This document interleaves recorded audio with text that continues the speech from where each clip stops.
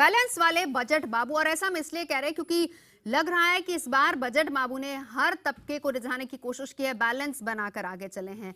कहा तो ये भी जा रहा है कि आने वाले दिनों में देश की अर्थव्यवस्था को सुधारने के लिए ही इस तरह का बजट पेश किया गया। वित्त मंत्री अरुण जेटली ने आज अपना तीसरा बजट पेश किया।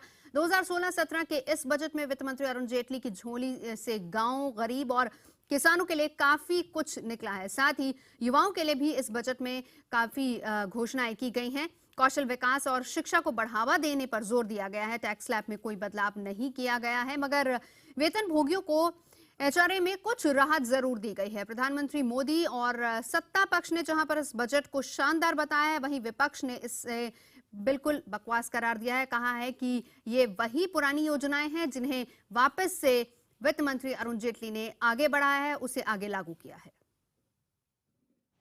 फिर ये दिखा देंगे सबको किन हालात में आता है दरिया करना पार हमें। वित्त मंत्री अरुण जेटली के शायराना अंदाज में आने वाले बजट की एक झलक मिल गई थी। और फिर ये दिखा देंगे सबको एनडीए सरकार के तीसरे बजट में गरीब तबके और किसानों को सबसे ज्यादा राहत दी गई है। हालांकि टैक्स स्लैब में किसी तरह का बदलाव नहीं किया गया है, मगर 5 लाख रुपए से कम तनख्वाह वालों को टैक्स में छूट 2000 से बढ़ाकर 5000 रुपए कर दी गई है। वहीं सुपर रिच टैक्स बढ़ा दिया गया है। बीजेपी ने जहां इस बजट को 10 में से 10 नंबर दिए हैं, वहीं विपक्ष ने इसकी जमकर आलोचना की है। इस बजट से गरीबों के जीवन में खुशहाली आएगी। रोजगारी की भी इस बजट में ठीक प्रकार से चिंता की गई है। गरीबों को स्वास्थ्य की गई है। महिलाओं को एलपीजी कनेक्शन देने की चिंता की गई है। किसी के लिए कुछ बजट नहीं है, सिर्फ दूसरे रूप में सिर्फ कॉरपोरेटों के लिए ही बजट है। वो अपनी कोशिश जारी रखें। बजट पर सत्ता पक्ष और विपक्ष की लड़ाई जारी है। आइए अब आपको बताते हैं कि आखिर इस बजट में क्या और किसके लिए खास है। ये बजट किसानों, गांवों और खेती के लिए सबसे अच्छा बताया जा रहा है। गरीबी रेखा से नीचे रहने वाले परिवारों को महिलाओं के नाम पर कुकिंग गैस देने के लिए नई नीति लाई जा रही है। सरकार का लक्ष्य 2022 तक किसानों की कमाई दोगुनी करना है। डेयरी उद्योग के लिए 4 नई परियोजनाएं लाई जाएंगी, जिससे रोजगार और उत्पादन बढ़ेगा। खेती के लिए कुल कर्ज 9 लाख करोड़ रुपए रखा गया है। मनरेगा के लिए अब तक की सबसे बड़ी राशि यानी 38,500 करोड़ रुपए आवंटित की गई है।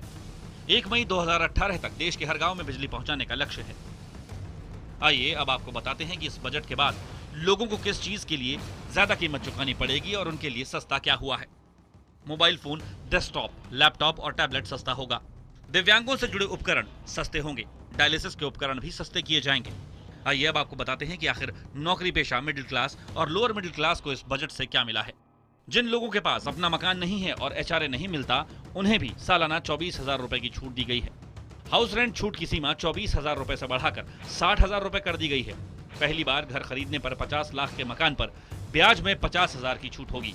सालाना 1 करोड़ से ज्यादा आय वालों पर 12 की जगह अब 15% सरचार्ज लगेगा।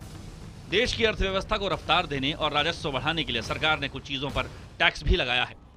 एसयूवी गाड़ियों पर 4% सेस लगेगा। 10 लाख रुपए से ज्यादा की गाड़ियों पर 1% अतिरिक्त सरचार्ज लगेगा। छोटी कारों पर टैक्स 1% और डीजल कारों पर 2.5% टैक्स बढ़ाया गया है। बीड़ी छोड़कर बाकी सभी तंबाकू उत्पाद पर एक्साइज ड्यूटी 10% से बढ़ाकर 15% कर दी गई है। गोल्ड ज्वेलरी, ब्रांडेड कपड़े, हीरे और कोयला महंगा हो जाएगा। बैंकों, उद्योग जगत और बुनियादी ढांचे के लिए भी जेटली की पोटली से काफी कुछ निकला है। बुनियादी ढांचे के लिए 2 लाख करोड़ रुपए का फंड रखा गया है।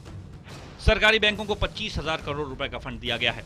सरकारी बैंकों में हिस्सेदारी 50% करने पर विचार हो रहा है। परमिट राज को खत्म करने की दिशा में काम हो रहा है। ये बजट काफ़ी डेवलपमेंट ओरिएंटेड है। Infrastructure, rural development, sustainable agriculture development, ऐसे कई मुद्दे हैं, including education, social, skill development, technology का यूज़, सबका इसमें इंक्लूजन किया गया है। तो ये बड़ा इंक्लूसिव बजट दिख रहा है मुझे। प्रधानमंत्री आवास योजना और हाउसिंग फॉर ऑल के लिए पूरे नंबर दूंगा। बहुत अच्छा है और उसी को ही मेनली प्रमोट किया गया है। उसमें इनकम टैक्स एग्जम्पशन दिया है फॉर न्यू प्रोजेक्ट्स और सर्विस टैक्स एग्जम्पशन भी दिया है। बाजार के जानकार और वित्त मामलों से जुड़े विशेषज्ञ इस बजट को भविष्य का बजट बता रहे हैं। जाहिर है, अगर भविष्य सुनहरा देखना है तो आपको और हमें मिलकर इसमें योगदान देना ही होगा। Bureau report, IBN 7। तो आज का मुद्दा में बजट पर ही करेंगे चर्चा के लिए खास मेहमान मौजूद हैं, परिचय करा देती हूं। दिल्ली से बीजेपी के नेता सिद्धार्थनाथ सिंह हमारे साथ हैं, जेडीयू के सांसद पवन वर्मा हमारे साथ मौजूद हैं, कांग्रेस प्रवक्ता संजय झा हमारे साथ हैं, साथ ही साथ कुछ खास मेहमान स्टूडियो में भी हैं, वहां भी परिचय करा देती हूँ। पूर्व वित्त सचिव सीएम वासुदेव जी हमारे साथ हैं, लोकल सर्कल के चीफ स्ट्रैटेजी ऑफिसर के यतीश राजावत हमारे साथ मौजूद हैं, साथ ही साथ chamber of commerce and industries के अध्यक्ष महेश गुप्ता जी हमारे साथ हैं। सबसे पहले मैं संजय जी आप ही के पास आना चाहूंगी। सूट बूट की सरकार आप लोग हमेशा कहते रहे, लेकिन ये सरकार तो गांव की तरफ चली गई। अब से पहले तो ये सच्चाई जो इस सरकार को मानना पड़ेगा कि पिछले 2.5 साल से इन्होंने किसानों के लिए कुछ नहीं किया, गरीबों के लिए कुछ नहीं किया। और ये जो इसलिए जब राहुल जी ने मोदी जी की सरकार को सूट बूट की सरकार कहा तो ये कोई एक ऐसे कोई साधारण वाक्य नहीं था, ये एक हकीकत था, ये जमीनी सच्चाई थी। पर बजट में ऐसा नजर नहीं आ रहा है, यहाँ पर तो सूट बूट को बिल्कुल तवज्जो नहीं दी गई, सीधा गाँव की तरफ चले गए हैं।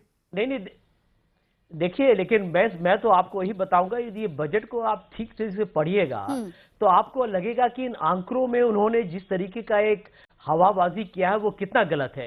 ये कहते हैं कि मनरेगा का ये सबसे बड़ा एलोकेशन है। मैं इसी उदाहरण को आपके सामने मैं आपके दर्शकों को ये बताना चाहूंगा।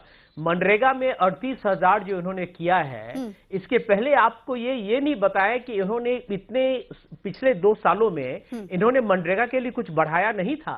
तो यदि इनका इन्फ्लेशन हटाइए तो यदि 6% रूरल वेज हो तो उसको तो इन्होंने फिर नॉर्मल किया है, नॉमिनल तरीके से। तो ये सच में उसको बदला नहीं है। और जो इसका जो कीर्तिमान सबसे बड़ा जो रिकॉर्ड था 2011 में हम लोगों ने 40,000 करोड़ मनरेगा को दिया था।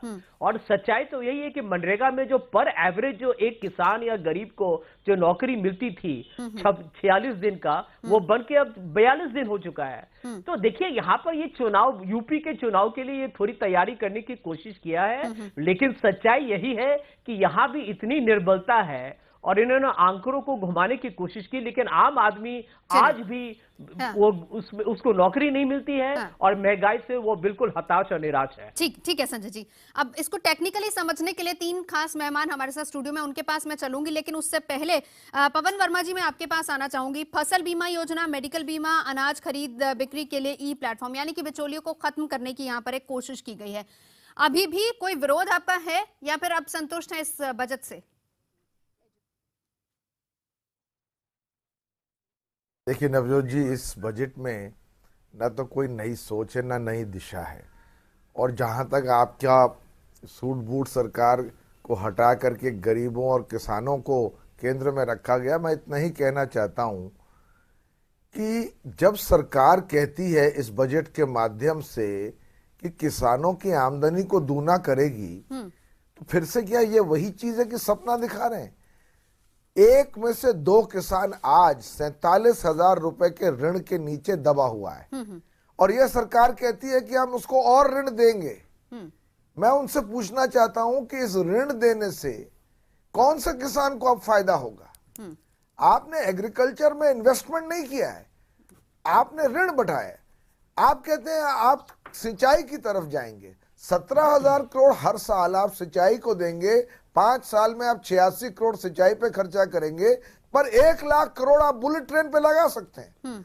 मध्य वर्ग की बात लीजिए, सर्विस टैक्स बढ़ेगा तो इन्फ्लेशन बढ़ेगा, टैक्स में आपने कोई खास रियायत दी नहीं है। और अब अपने प्रोविडेंट फंड से भी जब पैसे निकालेंगे तो केवल 40% एग्जेम्पशन मिलेगा जी।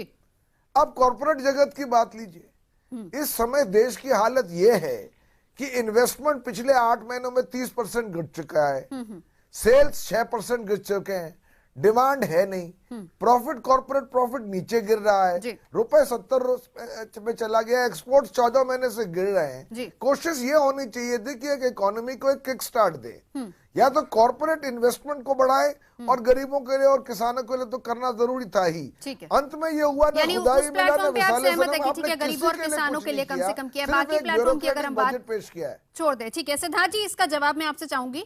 पवन जी ने जो कहा और साथ ही साथ संजय जी जिस तरीके से मनरेगा को लेकर बात कर रहे हैं, क्योंकि 40,000 करोड़ पहले था, 38,500 करोड़ आपने अब किया है।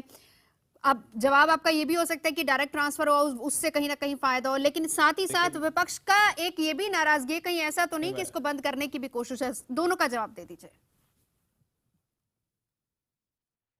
नहीं देखिए, पहले तो मैं क्षमा चाहूंगा कि मैं डार्क ग्लासेस लेके बैठा हूं क्योंकि मेरे आंख में कुछ इन्फेक्शन आया हुआ है, इसलिए मैं डार्क ग्लासेस पहना हुआ हूं, तो इसके लिए क्षमा चाहता हूं।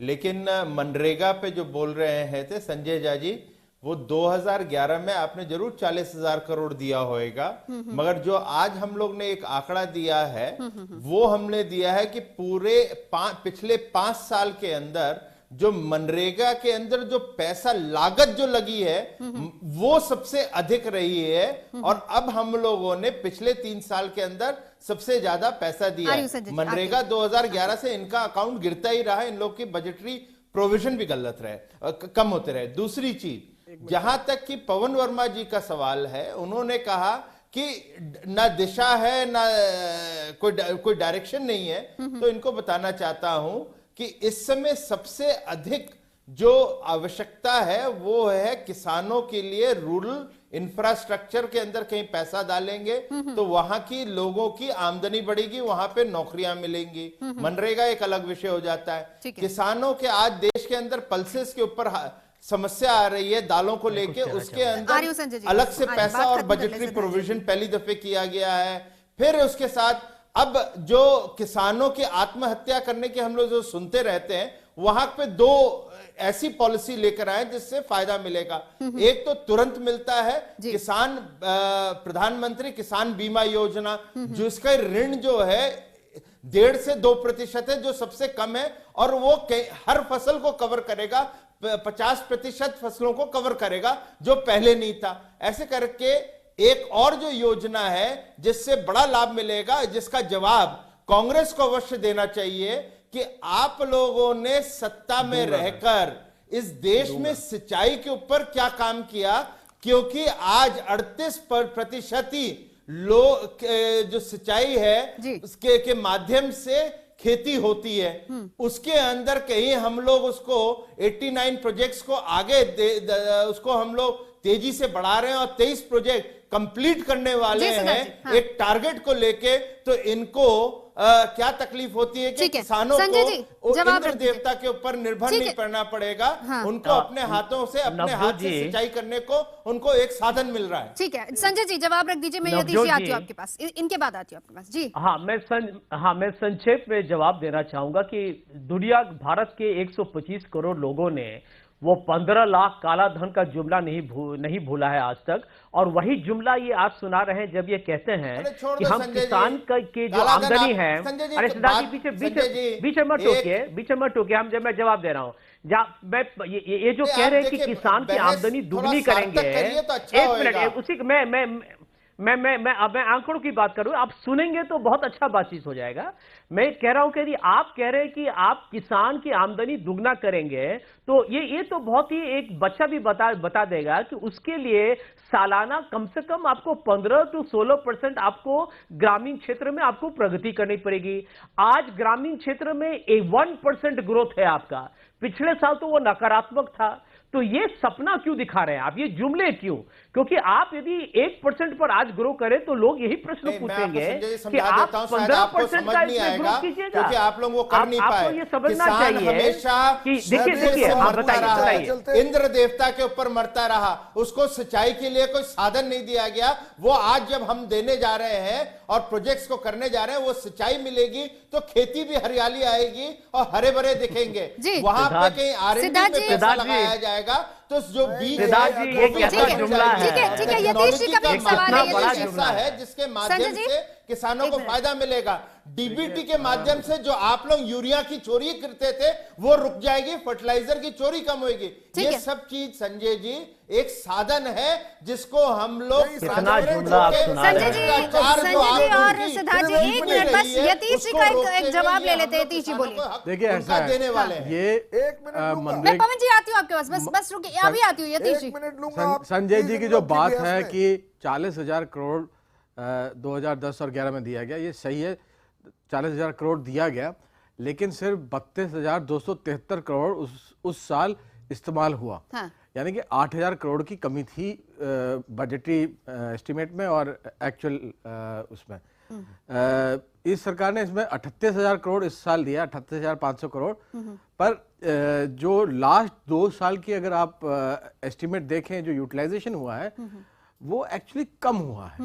मतलब लास्ट ईयर मेरे ख्याल से करीब इन्होंने 2014-15 में 33,000 करोड़ दिया था, इसमें सिर्फ 18-19,000 करोड़ इस्तेमाल हो पाया।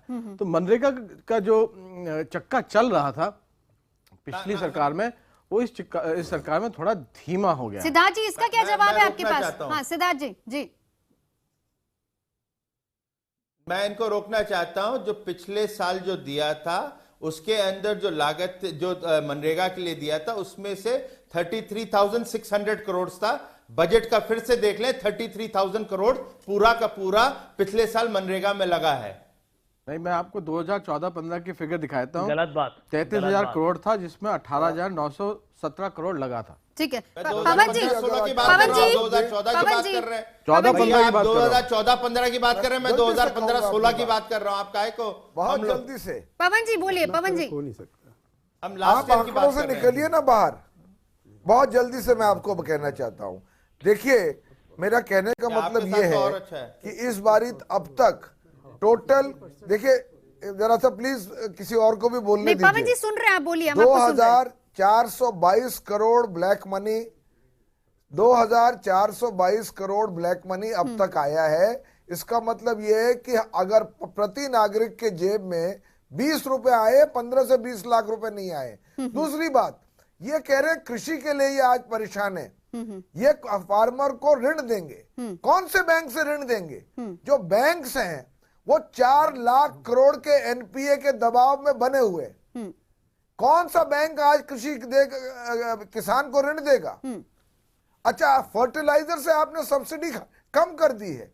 जो चाहिए किसान को, अच्छे फर्टिलाइजर, अनुसंधान, बीज, कोल्ड स्टोरेज, वेयर हाउसिंग, सड़कें, इलेक्ट्रिसिटी, इन चीजों में आपका इन्वेस्टमेंट क्या है? जिसमें कि देखिए 8% ग्रोथ तब होती है जब कृषि के क्षेत्र में 4% ग्रोथ होती है। ये लोग आज एग्रीकल्चर -0.2% पे चल रहा है। ठीक है, मैं इसी का जवाब ले लेते हैं। सिद्धार्थ जी, सपना दिखा रहे हैं कि हम किसान की इनकम को दूना कर देंगे। जी जी, जवाब ले लेते हैं सिद्धार्थ जी।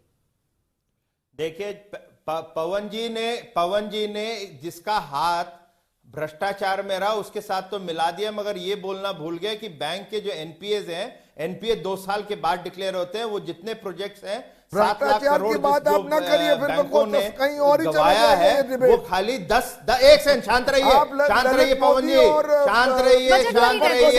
आपकी आदत बीच में बहुत बोलने की है। 10 इंडस्ट्रीज को दिया है, वो एनपीए पुरानी एक लेगेसी कांग्रेस की आ रही है, उसको हम लोग ठीक कर रहे हैं। और ये उसका उदाहरण है कि स्टील सेक्टर, जो पावर सेक्टर है, कोल सेक्टर है, जहां पे गवाया था उसको हम लोग रिकवरी में लेकर आ गए। शांत रहिए, शांत रहिए। पवन जी चिल्ला लो, आपकी सभ्यता तो कहीं खो गई है, तो चिल्ला लीजिए कि पहले हुई है। अरे आपने क्या किया है? सारे सपने तो आपने दिखाए हैं और जमीन पर कुछ सपने कितने दिखाए गए हैं और क्या हकीकत है? सुन लो पवन जी, वासुदेव जी। ठीक है सिद्धार्थ जी, मैं लौटती हूँ आपके पास। मैं लौटती हूँ आपके पास। इसको पॉलिटिकल बजट में बनाया जाए, क्योंकि हम चर्चा कर रहे हैं किसको क्या मिला, उसी पर चर्चा कर रहे हैं। मैं रोकूंगी वासुदेव जी, मैं आपके पास आना चाहूंगी। बता रहा हूँ, अब आम आदमी की भाषा में अगर हम देखें तो कितना फायदा किसको हुआ है, जरा समझा दीजिए। ठीक है पवन जी, सिद्धार्थ जी मैं रोकना चाहूंगी आपको। वासुदेव जी की बारी है। सिद्धार्थ जी, पवन जी रुकिए। किसानों के लिए रूरल सेक्टर में ठीक है, वो आप पचा नहीं पा रहे हो। ठीक है, एक्सपर्ट से सुन लेंगे, वो समझा देंगे क्लियरली। पवन जी आप बुराई कर रहे हैं। ठीक है सिद्धार्थ जी, पवन जी रुकिए। वासुदेव जी एक छोटा सा कमेंट आपका चल रहा है अभी उनका। देखिए, अब यही सब चर्चा से साफ हो रहा है कि हमारे यहाँ पॉलिटिक्स कितना इकोनॉमिक्स को ड्राइव करता है। हाँ। जाहिर है ultimately politics has to drive economics. अगर 99% पॉलिटिक्स होगा और 1% भी इकोनॉमिक्स नहीं होगा तो हमारा जो फ्रैक्चर्ड है पॉलिटिक्स, उससे तो देश की क्या हालत होगी समझ में नहीं आता है। मगर ये देखिए, समझने की बात है, इस बजट में जो रूरल और एग्रीकल्चर सेक्टर पे तवज्जो दी गई है, आज की डेट में हमारे जीडीपी में एग्रीकल्चर का शेयर घट के अब 14% रह गया है। 60% करीब सर्विसेज है, बाकी मैन्युफैक्चरिंग सेक्टर है। मगर एग्रीकल्चर सेक्टर पे जो निर्भर है पॉपुलेशन वो 60% है। तो ये एक बहुत बड़ी समस्या है देश के सामने कि 14% जो जीडीपी का हिस्सा है उसके ऊपर 60% पॉपुलेशन निर्भर है। तो उसको निपटने के लिए मैं समझता हूँ इस बजट में कई बड़े अच्छे सुझाव दिए गए हैं। चलिए उन सुझावों के बारे में भी वासुदेव जी मैं लौटू।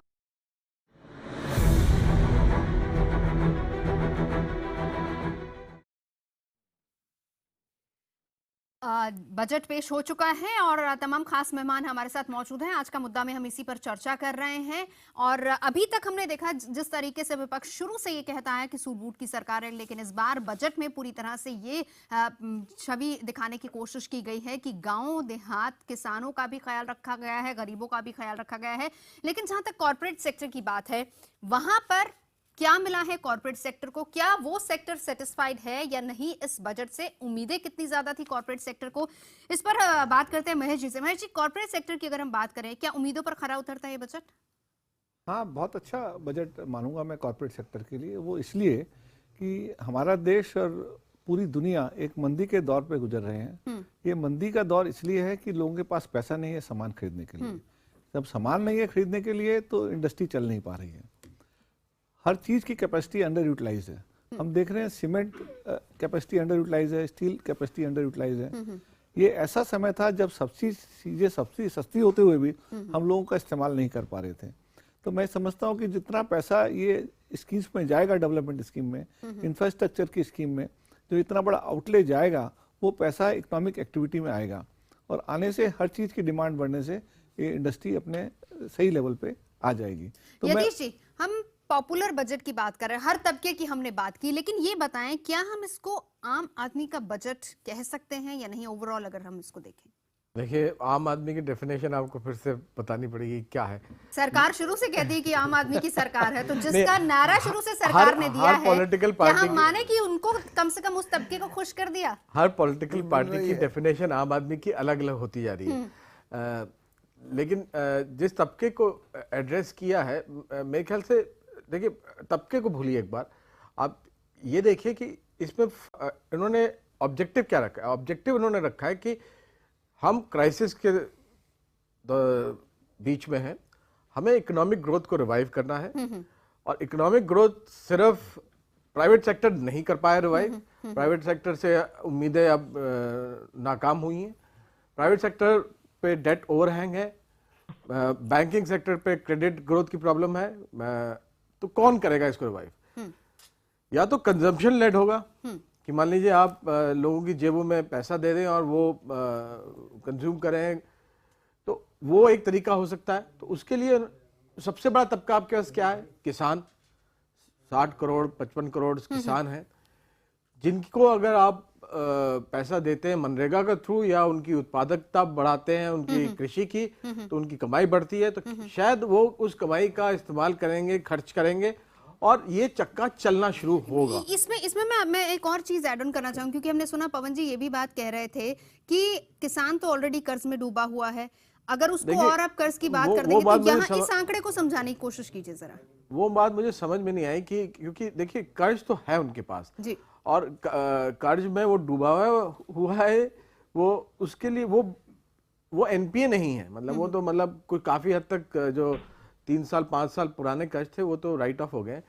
इस बजट में उसको आंशिक रूप से उस कर्ज को बढ़ाने की बात है, बट कर्ज से नहीं ग्रोथ दिलाने की बात नहीं, कर्ज से पहिया नहीं ये चल रहा।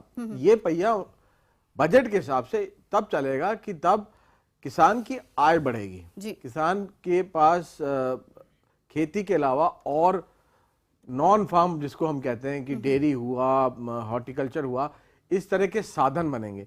इसके लिए सबसे ज्यादा हॉर्टिकल्चर पानी खाती है, मतलब फूड ग्रेन्स और पल्सेस से ज्यादा वेजिटेबल्स लेती हैं, फ्रूट्स लेते हैं। उसके लिए आपको इरिगेशन के साधन चाहिए, इसीलिए फोकस पूरा इरिगेशन पे गया है।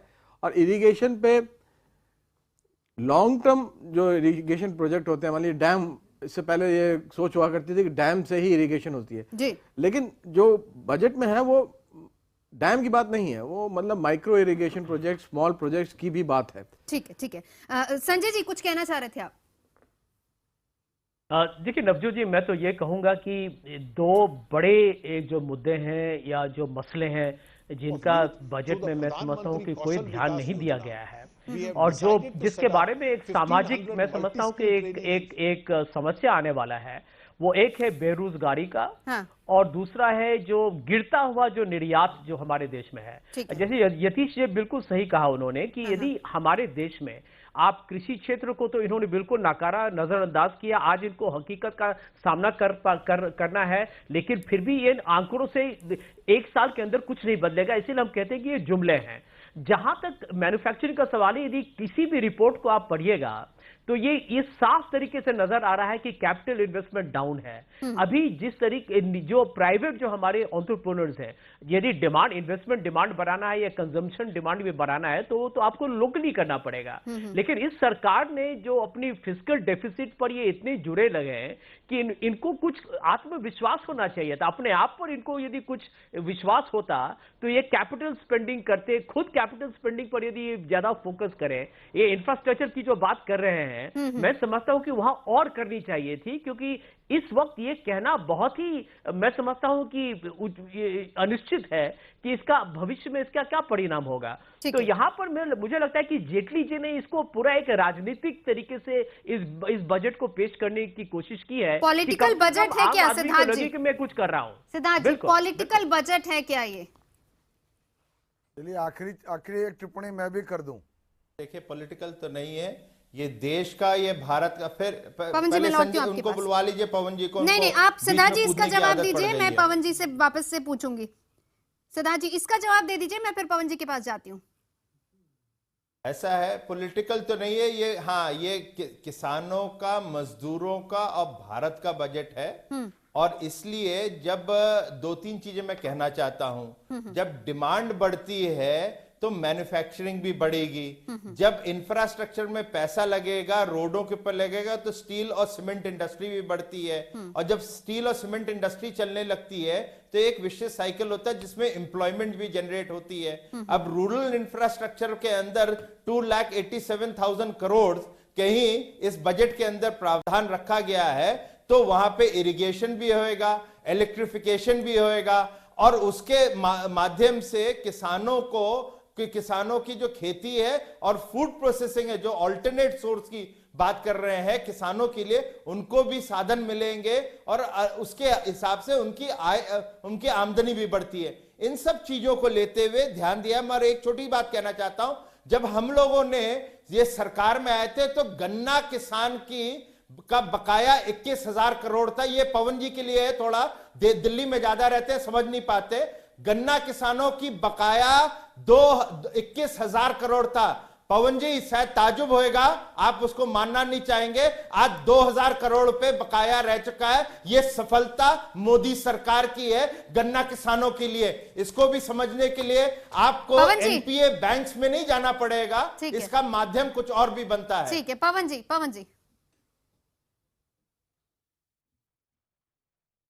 मैं सिर्फ ये कहना चाहूंगा कि सिद्धार्थनाथ सिंह को व्यक्तिगत होने की जरूरत नहीं और चिल्लाने की जरूरत नहीं है।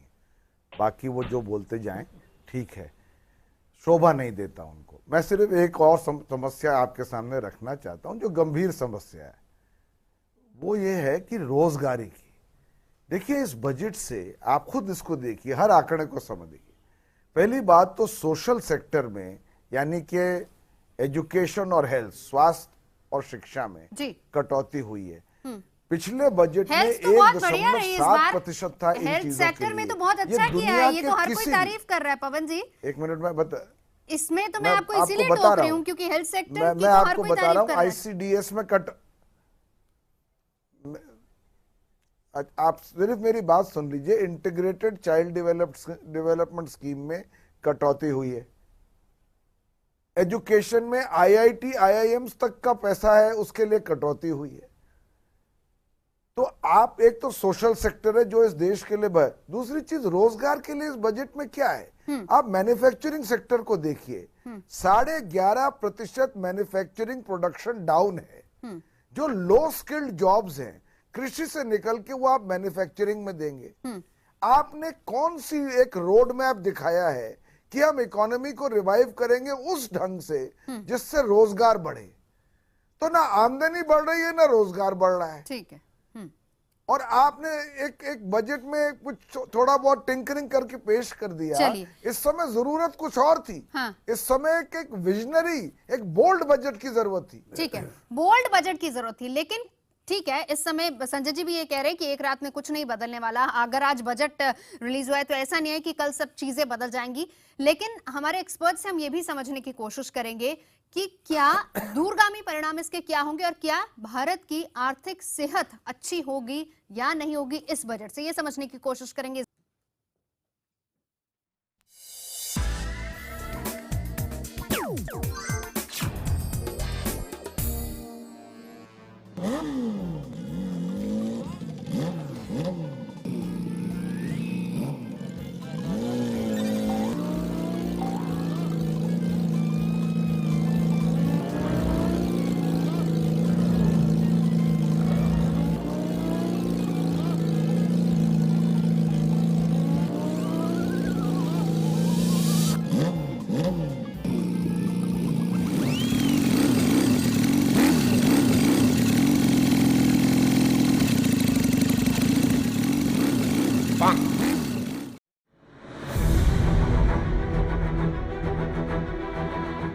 बैलेंस वाले बजट बाबू, तो क्या इस बार बजट बाबू बैलेंस बनाकर चले हैं?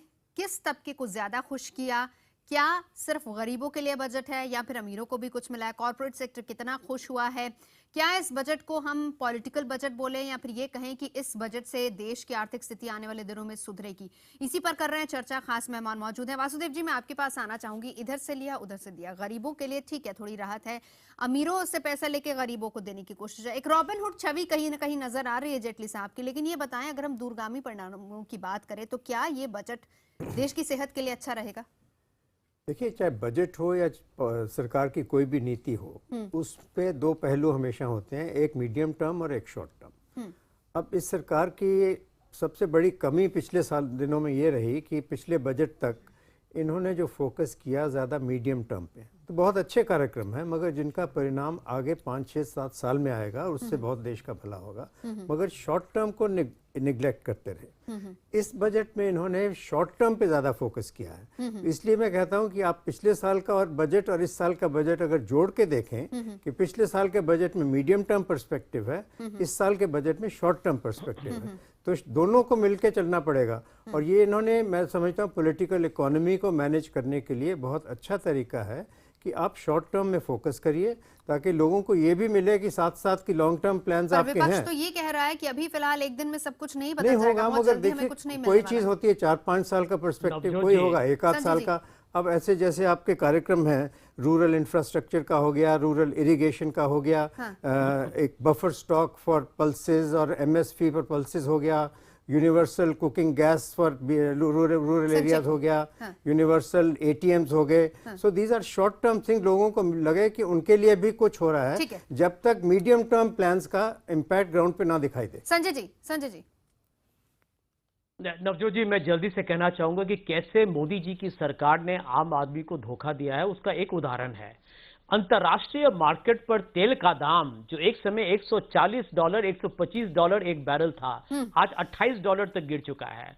सरकार को लगभग 3 लाख करोड़ का फायदा हुआ है, लेकिन उसके साथ उन्होंने क्या किया है किसी को मालूम नहीं है। और इन्होंने आम आदमी को जो स्कूटर चलाता है, मोटरसाइकिल चलाता है, गाड़ी चलाता है, अपना नैनो चलाता है, उसको इन्होंने एक्साइज ड्यूटी पे उनसे 56,000 करोड़ इन्होंने एक्साइज ड्यूटी पे लिया हुआ है। तो ये मैं तो इसको विश्वासघात समझूंगा, क्योंकि आपने वादा किया था कि अंतर्राष्ट्रीय रेट गिरेंगे, क्या ये तो विश्वासघात है? सिद्धार्थ जी, संक्षेप में, वक्त की कमी है, बस 10 सेकंड, जल्दी जवाब रख दीजिए। देखिए, हमने वादा किया था कि मुद्रास्फीति को हम कम रखेंगे और वो हम लोगों ने डबल डिजिट इनके समय था उससे कम करके रखा हुआ है। जहां तक कि ऑयल प्राइसेस घटी हैं, मगर ऑयल प्राइसेस का एक तरीका होता है जिसको कहते हैं टैक्स न्यूट्रल कहते हैं। आपके ऑयल के ऊपर जब इंपोर्ट होता है उसके आधार पर जो आप टैक्स कलेक्ट करते हैं वो एक बजटरी प्रोविजन में आता है। इसलिए कहीं दाम ऑयल के बहुत कम हो रहे हैं तो टैक्स बढ़ाया जाता है, मगर कहीं ऑयल के दाम बढ़ रहे हैं जो इनके समय होते थे ये टैक्स भी बढ़ाते थे, इसलिए इन्फ्लेशन कम नहीं होता था। तो इसको अर्थव्यवस्था को थोड़ा समझने के लिए संजय की थोड़ा समय मेरे को और देना पड़ेगा आपको। सिद्धार्थ जी कह रहे हैं बैलेंस बनाकर हम चलें। बहुत बहुत शुक्रिया आप तमाम खास मेहमानों का हमारे साथ चर्चा में जुड़ने के लिए। महेश जी माफी चाहूंगी, मैं आपके पास बस एक ही बार आई हूँ, वक्त की कमी है। इस खास बुलेटिन में अभी के लिए इतना ही।